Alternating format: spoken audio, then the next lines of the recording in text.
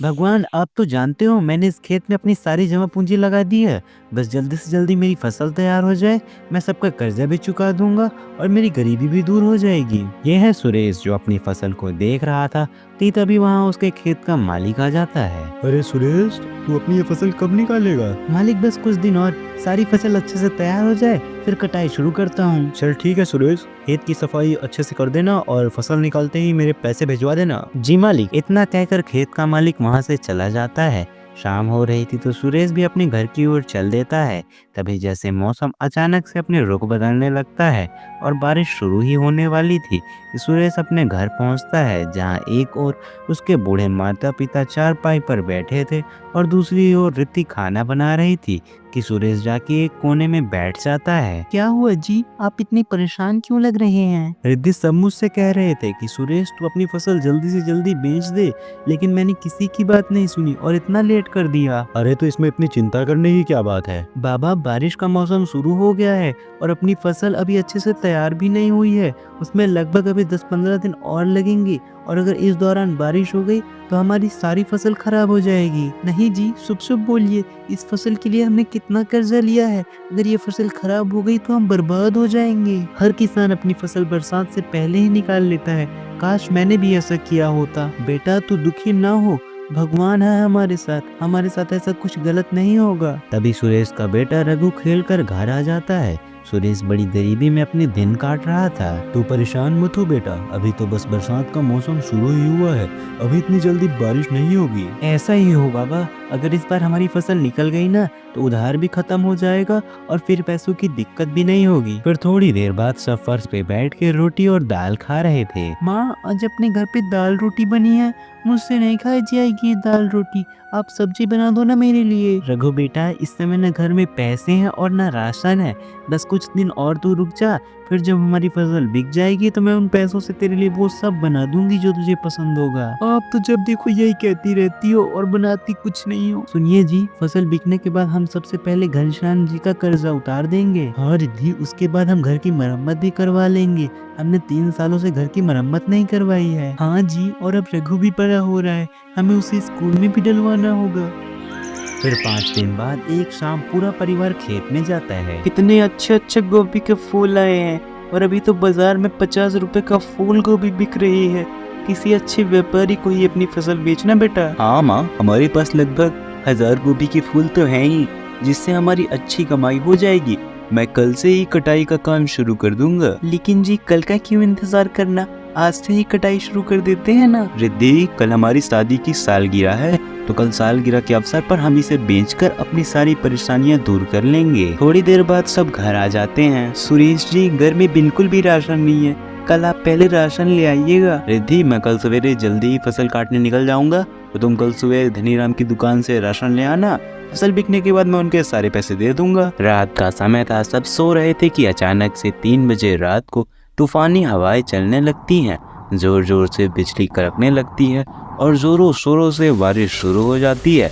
बारिश की आवाज से सब उठ जाते हैं। अरे अरे, ये बारिश कैसे शुरू हो गई? मेरी फसल। आखिर बारिश के मौसम ने अपनी पहली दस्तक दे ही दी। माँ, कितनी तेज बारिश शुरू हो गई है, ऐसे ही मेरी सारी फसल खराब हो जाएगी। माँ, मैं क्या करूँ? रिद्धि, मुझे जाना होगा, मैं खेत में जाकर देखता हूँ, वरना मेरी सारी फसल, मेरी सालों की मेहनत बर्बाद हो जाएगी। नहीं नहीं बेटा, तू बाहर मत जा, बाहर बहुत तेज बारिश हो रही है। हाँ जी, अभी रात के 3 बज रहे हैं, इतनी रात को खेत में जाना सही नहीं है। रिद्धि, मेरे जीवन की सारी कमाई और कर्जदारों का सारा पैसा उसमें लगा हुआ है, मुझे जाना होगा। ऐसा कहकर सुरेश खेत की तरफ दौड़ लगा देता है। थोड़े समय बाद सुरेश खेत के पास पहुंचता है कि तभी चिकनी मिट्टी पर पैर फिसलने के कारण वो गिर जाता है और उसके सर पर गहरी चोट आ जाती है, जिससे सुरेश वहीं बेहोश हो जाता है। अगले दिन जब परिवार वालों को सुरेश के बारे में पता चलता है तो सब गांव के अस्पताल में उसे ले जाते हैं। माता रानी, मेरी पति की रक्षा करना माता रानी। रिद्धि जी, सिर पे गंभीर चोट लगने की वजह से सुरेश अपनी सोचने समझने की शक्ति खो चुके हैं और वो अब कब तक ठीक होंगे ये बता पाना बहुत मुश्किल है। ये सुनकर सब फूट फूट कर रोने लगते हैं। माँ जी, हमें अपनी खेत की कटाई शुरू करनी होगी, वरना और बारिश हुई ना तो सारी फसल बर्बाद हो जाएगी, फिर जो उसके भाव मिलने वाले हैं वो भाव भी नहीं मिलेंगे। हाँ बहू, तू सही कह रही है, चल अभी खेत में चलते हैं और सारी फसल काट लाते हैं। रिद्धि और नीलम दोनों खेत में फसल लेने आते हैं। बारिश के पानी के कारण आधी गोभियां टूट गई थी तो कुछ गोभियां खराब हो गई थी। जैसे तैसे करके आधी फसल ही बची थी। माँ जी ये हम गरीबों के साथ ही क्यों होता है? बहू अब अफसोस करके आंसू बहाने का कोई फायदा नहीं है। माँ जी शायद हमारी किस्मत में ये सब देखना ही लिखा है। नहीं बहू, ऐसा नहीं बोलते हैं। अब बाकी की फसल काट लेते हैं, वरना कहीं बारिश से ये भी खराब ना हो जाए। शाम तक वो सारी फसल तोड़कर उसे घर ले आते हैं। माँ मुझे भूख लगी है। बेटा अभी तो घर में अनाज का एक दाना नहीं है, कल गोभी बिक जाएगी तो मैं अनाज ले आऊंगी, फिर जो तुम बोलोगी वो बना दूंगी। बहू कल हम किसी अच्छे व्यापारी के पास चलेंगे और ये सारी फसल बेच देंगे।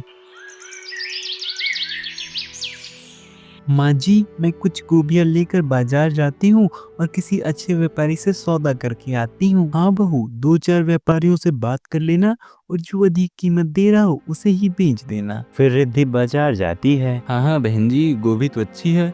देखिए बाजार में गोभी 60 रुपए फूल बिक रही है, लेकिन मैं आपको 24 रुपए फूल ही दूंगा। अगर आपको मंजूर हो तो ठीक है। ठीक है साहब, आप घर चल के बाकी की गोभियाँ देख लीजिए और ले लीजिए। रिद्धियाँ उसे घर लाती है और गोभियाँ दिखाती है। मुझे नहीं खरीदनी है गोभियाँ, ये तो बारिश के पानी के कारण खराब हो चुकी हैं।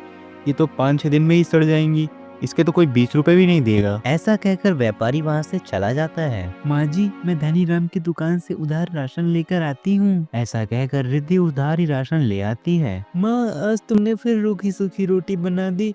मेरे दोस्त तो रोज अलग अलग तरह के पकवान खाते हैं और एक तुम जो रोज रोज रूखी रूखी रोटी बना देती हो। ये सुनकर रिद्धि और नीलम भी बहुत दुखी हो जाते हैं। सुरेश भी बेड पे किसी लाश की तरह पड़े ये सब सुन रहा था, पर वो सोचने और समझने की हालत में नहीं था कि तभी बाहर अचानक से तूफानी बारिश शुरू हो जाती है और घर के अंदर चारों तरफ से पानी की बूंदें टपकने लगती हैं। अरे बहू, इस पानी से तो गोभियाँ और जल्दी खराब हो जाएंगी, उसे ढक दे। तब रिद्धि उन गोभियों को बोरियों से ढक देती है। इधर रघु लेट जाता है। बेटा थोड़ा तो खा ले, ऐसे बिना खाए सोना अच्छी बात नहीं है। तुम ही खाओ माँ, मैं नहीं खाऊंगा। बहू हमारे घर में आटा तो है, मैं बच्चों के लिए गोभी के पराठे बना देती हूँ, चटपटे चटपटे। गोभी के पराठे बच्चों को बहुत पसंद आएंगे। गोभी के पराठे? माँ जी गोभी के पराठे भी बनते हैं? हाँ बहू, तेरी सास बनाती है गोभी के पराठे। मैं तेरी सास की गोभी के हाथों के पराठे तो बहुत खाए हैं और वो इतने स्वादिष्ट होते हैं ना कि मैं तो उंगलियां चाटता रह जाता था। माँ जी ऐसा है तो आप मुझे भी गोभी के पराठे बनाना सिखा दीजिए ना। हाँ बहू चल। तब दामिनी पहले गोभी का मसाला बना लेती है। बहू पहले हमें इसे अच्छे से पकाना होगा, जब ये बढ़िया से पक जाए तब हम आटे की लोई बनाकर उसमें मसाला भरकर पराठा सेक लेंगे। फिर थोड़े समय बाद कई सारे गोभी के पराठे बनकर तैयार हो जाते हैं। बच्चे देखो दादी ने कितने स्वादिष्ट पराठे बनाए हैं। तब ये पराठे सभी खाते हैं। माँ ये पराठे तो बहुत अच्छे हैं, मुझे एक और दो ना। हाँ मेरे बेटे ये लो। नीलम अगर तुम्हारे हाथों की पुदीने की चटनी पराठों के साथ होती ना तो और भी मजा आ जाता। जानती हो माँ, ऐसे ही पराठे ना हमारे स्कूल के बाहर एक अंकल बेचा करते हैं। वो ना 50 रुपए का एक पराठा देते हैं। मेरे पास पैसे नहीं होते थे ना, इसलिए मैं कभी नहीं बोलता था, लेकिन मुझे उनके पराठे खाने का बहुत मन करता था। कोई नहीं रघु बेटा, अब तुम्हारे लिए रोज पराठे बन जाया करेंगे क्योंकि हमारे पास तो बहुत सारी गोभियां हैं। माँ जी मेरे पास एक सुझाव है, क्यों ना हम गोभी के पराठे बनाकर उसे बेचने की शुरुआत करें। अब गोभी तो कोई हमसे खरीद नहीं रहा है और ये घर में पड़े पड़े यूं ही खराब हो जाएगी। भले इतनी सारी गोभी हम सब कैसे खा के खत्म करेंगे। सुझाव तो बढ़िया है बहू, लेकिन हम गोभी के पराठे बेचेंगे कहाँ? उसके लिए न ठेला है न गैस है, ये सब चाहिए होता है। इस समय हमारे हालात कैसे हैं वो तू भी जानती है। बहू हम तो अभी अनाज भी नगद नहीं खरीद पा रहे हैं। बहू अगर तुमने अब ठेला खोलने का फैसला कर लिया है तो मैं अपने घर को 10,000 रुपए के लिए जमींदार साहब के पास गिरवी रख देता हूँ। उससे जो पैसे आ जाएंगे उससे तुम ठेला खोल लेना और फिर कमाई शुरू हो जाएगी तो हम उनका पैसा चुका देंगे। नहीं बाबूजी, अगर हमारा ठेला नहीं चला तो हमारा इकलौता सहारा ये घर भी चला जाएगा। बहू अगर 1 महीने में हमने घनश्याम जी के पैसे नहीं लौटाए तो वो वैसे ही हमारे घर पर कब्जा कर लेंगे। अब हम अपनी परिस्थितियां सुधारने के लिए कुछ न कुछ तो करना ही होगा। अगले दिन रामू अपना घर जमींदार के पास गिरवी रख देता है। उन पैसों से रिद्धि एक ठेला और पराठा बनाने का सामान ले आती है, जिसके बाद उनका ठेला खुल जाता है। फिर एक दिन सवेरे रिद्धि और नीलम दोनों ठेले पर पराठे बेच रहे। माँ जी हमारी दुकान तो खुल गई, बस अब हमारे पास ग्राहक भी आने लगे तो हमारी कमाई शुरू हो जाए। बहू तू फिक्र क्यों करती है, अभी अभी तो काम शुरू हुआ है, भगवान जी की दया रही तो सब अच्छा होगा। थोड़े समय बाद अचानक से बारिश शुरू हो जाती है कि तभी वहाँ एक सूट बूट पहने आदमी आता है। किससे पूछकर तुमने ये ठेला यहाँ लगाया है? तुम्हें पता नहीं है ये जमीन सरकारी है, यहाँ पर ठेले लगाना मना है। बेटा हमें माफ कर दो, अभी अभी बारिश शुरू हो रही है, बारिश बंद हो जाए फिर हम चले जाएंगे यहाँ से। वैसे ये पराठा किस चीज़ का है? दिखने में तो बिल्कुल अलग लग रहा है। हाँ साहब, ये गोभी का पराठा है, खाने में बहुत ही स्वादिष्ट होता है। गोभी का पराठा? ये तो पहली बार सुन रहा हूँ। अच्छा एक काम करो, एक प्लेट लगा दो। रिद्धू इसको पराठा लगाकर चटनी के साथ देती है। अरे वाह, ये पराठे तो सच में बहुत स्वादिष्ट हैं। बहन एक काम करो, मेरे लिए 4 पराठे पैक कर दो, आज लंच में भी यही खाऊंगा। बहन जी ये लीजिए पैसे और आप अपना ठेला यहीं पर लगाइए।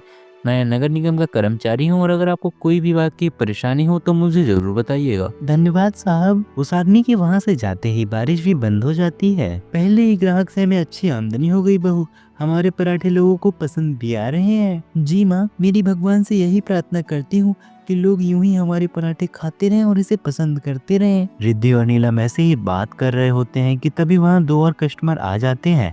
वो उनसे गोभी के पराठे लेकर खाते हैं। शिल्पा देखो, ऐसे पराठे तो तुम कभी बनाए नहीं पाती हो, तुमसे तो एक रोटी भी ढंग से नहीं बनती है। हाँ तो इतनी दिक्कत हुआ करे ना तो यहीं से टिफिन में पैक करवा लिया करो, अच्छा होगा, मेरी टेंशन खत्म होगी। ऐसे ही कस्टमर के लाइन के कारण शाम तक उनका सारा सामान खत्म हो जाता है। माँ जी देखिए, आज पहले ही दिन हमारे सारे पराठे खत्म हो गए और हमारे पराठे सबको पसंद भी आ रहे हैं। हाँ बहू, बस अब हमारी ऐसी ही कमाई चलती रहे तो हमारा कर्जा भी जल्दी उतर जाएगा। फिर सब घर आते हैं तो रिद्धि सेठ का उधार भी चुका देती है और थोड़ा सा अनाज ले आती है जिससे वो स्वादिष्ट खाना बनाती है कि तभी वहाँ घनश्याम आता है और अपने पैसे मांगने लगता है। घनश्याम भैया, आप तो जानते हैं कि इनके साथ अभी कितना बड़ा हादसा हो गया है, आप ये कुछ पैसे ले लीजिए और मैं आपका धीरे धीरे करके कर्जा चुका दूंगी। ठीक है, पर अगली बार से मुझे घर न आना पड़े तो मैं खुद ही पैसे देने आ जाना। फिर दूसरे दिन भी ग्राहकों की भीड़ और पराठे के स्वाद के कारण उनका सामान शाम से पहले ही खत्म हो जाता है। अब इसी तरह दिन बीतने लगते हैं। रिद्धि और नीलम की अच्छी कमाई होने लगती है जिससे उनकी सारी परेशानियां दूर हो जाती हैं